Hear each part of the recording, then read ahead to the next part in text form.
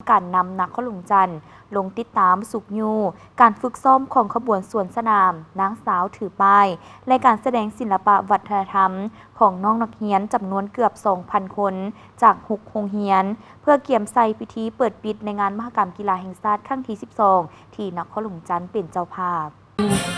สากลพวกเขาก็ได้ใส่ถุงดังกล่าวนี้ซึ่งประกอบด้วย6นักเรียนหญิง34น้องและต่อมาด้วย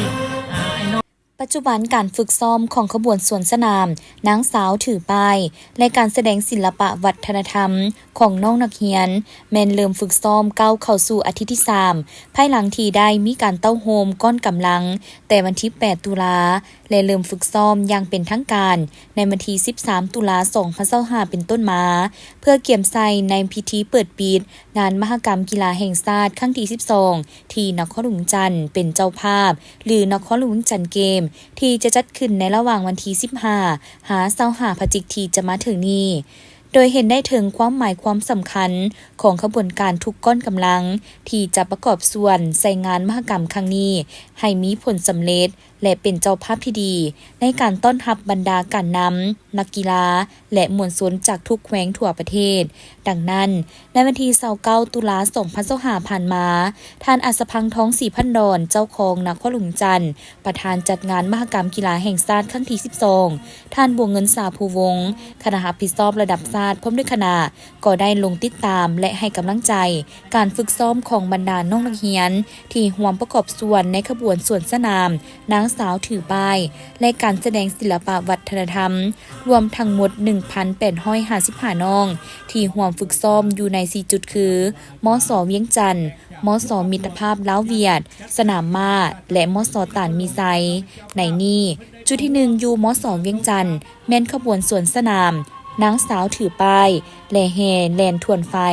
รวมทั้งหมด805น้องจากโรงเรียนมส.เวียงจันทร์ซึ่งความคืบหน้าในการเกียมพิธีทางการนี้มาฮอดปัจจุบันนี้พวกเขาก็มีความพร้อมสูงซึ่งในนี้เนาะจำนวนพลเป็นพวกเขาออกจากน้องนักเรียนมส.เวียงจันทร์ทั้งหมด555น้องซึ่งได้เริ่มการฝึกซ้อมมาแต่วันที่ 13 เดือน 10เป็นต้นมาและนั้นก่อนหน้านั้นพวกเขาก็ได้การเกี่ยมความพร้อมเริ่มแต่วันที่ 8 เดือน 10เป็นต้นมาซึ่งในนี้การฝึกซ้อมพวกเขาได้กำหนดมีอยู่3หลักการใหญ่คือการฝึกซ้อมในภาคเช้าพวกเขาจะเริ่ม 6 โมงหา 8 โมงเป็นฝึกซ้อมขบวนแห่และแลนทวนไฟซึ่งพวกเขาได้ดำเนินมาเป็น2ระยะทำอิฐเป็นพวกเขาได้เริ่มเล่น9ตัวเมืองซึ่งบรรดาทานก็ได้ติดตามมาเนาะซึ่งพวกเขามีผลสำเร็จมาแล้ว5เมืองหลักยังอีกอยู่4เมืองต่อไปนี้และระยะที่2เป็นพิธีที่เป็นทางการคือพวกเขาจะได้เริ่มต้นแห่และแลนทวนไฟติดพันกับขอไฟศักดิ์สิทธิ์ในวันที่14เดือน 11 เดือนพฤศจิกายนที่จะมาฮอดนี้ซึ่งเป็นมื้อที่มีความหมายความสำคัญซึ่งประกอบด้วย255น้องจะแล่นตามเส้นทางหลักของนครหลวงเวียงจันทร์เริ่มต้นจากพระธาตุหลวงและไปสิ้นสุดอยู่หลัก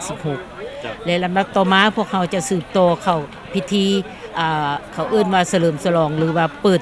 การทดลองพิธีใหญ่ในวันที่ 13 พฤศจิกายนเนาะซึ่งพวกเขาจะได้ครบสุดในการฝึกซ้อมนับแต่ก้อนสวนสนามนางสาวถือป้ายและจุดทวนไฟในสนามซึ่งพวกเขาจะนุ่งเครื่องสุดเป็นสุดที่ครบสุดฉะนั้นขอเชิญชวนเนาะบรรดาพ่อแม่ประชาชนก็ดีบรรดาองค์การจัดตั้งก็ดีรวมทั้งพ่อแม่ทั้งด้วยเราที่สนับสนุนเข้าร่วมกันให้กำลังใจส่งเสียบรรดาน้องของพวกเขาณโอกาสนี้แล้วก็ขอขอบใจเนาะทั้ง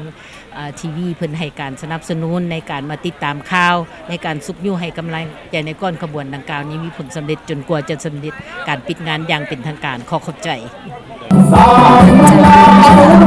ฝึกซ้อมมส.เวียงจันทร์แล้วทางคณะการนำก็ได้เดินทางลงไปติดตามสุกยูและให้กำลังใจการฝึกซ้อมของน้องนักเรียนอยู่โรงเรียนมส.มิตรภาพลาวเวียดที่พร้อมฝึกของขบวนศิลปะวัฒนธรรมในก้อนแสดงรายการสามัคคีบรรดาเผ่าที่ใส่จำนวนนักแสดง450น้องสืบต่อลงไปติดตามอยู่เดินสนามมาเบิ่งการฝึกการแสดงศิลปะวัฒนธรรมในรายการเสื้อสวงเหือที่มีนักแสดงจาก2ภาคส่วนคือ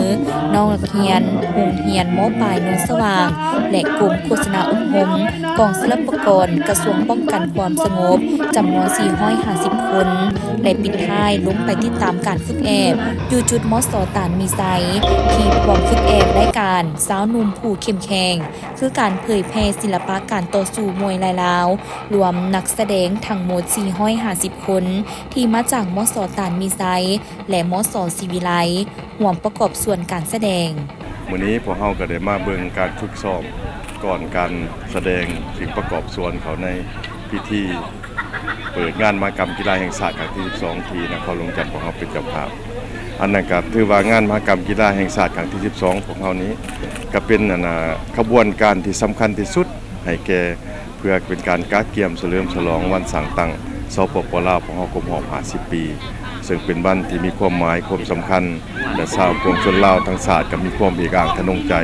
อันนี้เป็นขบวนการหนึ่งในการประกอบส่วนเฮ็ดให้งานเฉลิมฉลองวันสร้างตั้งสาธารณรัฐประชาธิปไตยประชาชนลาวครบรอบ50 ปีมีบรรยากาศฟดฟื้นและเป็นการร่วมแรงร่วมใจระดมกำลังแรงสังคมตัวทั้งหมดของทั่วประเทศนี่นะเพราะว่างานมหกรรมกีฬาของเราจะมาทั้งหมดใน18แขวงทั่วประเทศรวมทั้งนครหลวงและบรรดากระทรวงกษัตริย์ก็เป็นการประกอบส่วนเฮ็ดให้ขบวนการวันศาสตร์ของเรามีความหมายความสำคัญยิ่งซึ่งระยะผ่านมาพวกเราก็ได้มีการจัดตั้งปฏิบัติหน้าที่เรียกงานตามแผนการโดยเฉพาะนครหลวงจันทร์ของเรานี้ในนามเป็นพื้นที่ในการจัดงานมหกรรมกีฬาแห่งชาติก็คือการ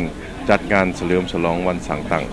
สปป.ลาวของเรานี้วันศาสตร์2ธันวาคมนี้กษัตริย์เรียกงานการรักษาความสงบความเป็นระเบียบเรียบร้อยการแก้ไขปัญหาปรากฏการณ์ต่างๆก็เป็นหน้าที่ร่วมของทั่วสังคมเพื่อประกอบส่วนให้แก่เจ้าหน้าที่ที่เกี่ยวข้องร่วมแรงร่วมในใจการเฮ็ดใดต้องรับประกันความสงบความปลอดภัยความเป็นระเบียบเรียบร้อย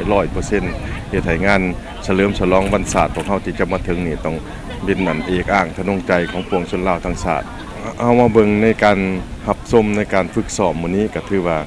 ถึงว่าพวกเฮามีเวลาน้อยการเต้าโฮมก็มีความยุ่งยากหลายอย่างแต่ก็สามารถผ่านมาเบิ่งแล้วก็ถือว่าการฝึกซ้อมการเอาใจใส่ของครูอาจารย์ศึกสอนก็คือบรรดาน้องนักเรียนลูกหลานนักเรียนนี่ก็ถือว่ามีความตัดสินใจสูงมีความโดดเด่นสวยสดงดงามในบทดังกล่าวนี้ความพร้อมเพรียงเฮียงหน้ากันความเป็นความตัดสินใจร่วมกันอันนี้ก็ถือว่ามีความก้าวหน้าหรือว่ามีความแบบพอใจในการฝึกซ้อมนะมาเบิ่งกันฝึกซ้อมนี่ก็ถือว่าพวกเฮาสามารถนำเข้าไปสู่ในการแสดงในมือพิธีเปิดงานได้อันนี้ก็คือว่าส่วนว่าสิเป็นมีการกาเกียมด้านพื้นฐานต่างๆสืบต่อในการปรับปรุงก็แม่นทางครูอาจารย์เพิ่นก็สิได้สืบต่อปรับปรุงเพื่อให้ได้มีความเข้มแข็งตื่มขึ้นนี่คือว่ามหอดนี่ถือว่าการฝึกซ้อมนี่ข้าพเจ้าว่ามีความครบถ้วนสมบูรณ์เป็นพื้นฐานแล้วให้แก่การฝึกซ้อมของกองของเราก้อนกำลังทั้ง